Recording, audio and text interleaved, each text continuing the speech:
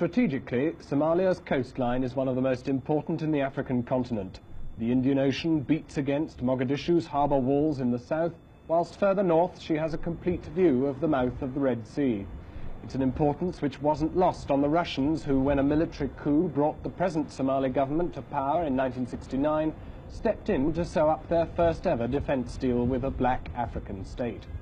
Well, this apparently happy coexistence between Russians and Somalis took a turn for the worst when, last April, after the Ethiopians had kicked out their American backers, the Soviets decided to move in their place.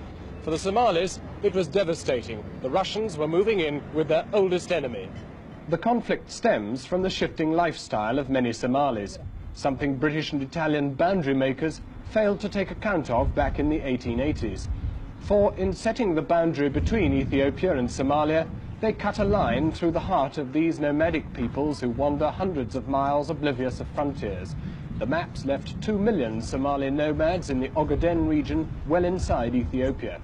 For 17 years, the West Somali Liberation Front have been fighting to win back the territory and reunite the Somali people. Headquartered in the heart of Somalia's capital, the front's leader, Abdullah Hassan, accepts that they've intensified the war in recent months precisely because the problems posed for the Ethiopians in changing from American to Russian weaponry leave them at their most vulnerable. And by all accounts, heavy losses have been inflicted upon the Ethiopians. The Russians here, far from pleased with developments, transferred several top diplomats with an intimate knowledge of Somalia's military secrets straight across to Ethiopia. It was at this moment, 6 weeks ago, that President Siad Barre, worried that the Russians might suddenly cut off his arms supply, published a shopping list of weapons he needed from the West. The British initially expressed interest, but it soon emerged that the Somali government was anxious to maintain whatever links it could with the Soviets, and since then the British and others have said they won't supply weapons that are likely to fuel the fighting in the Ogaden. Russian ships are still at anchor off Mogadishu. Diplomatic sources say that until very recently, Soviet arms were still coming ashore.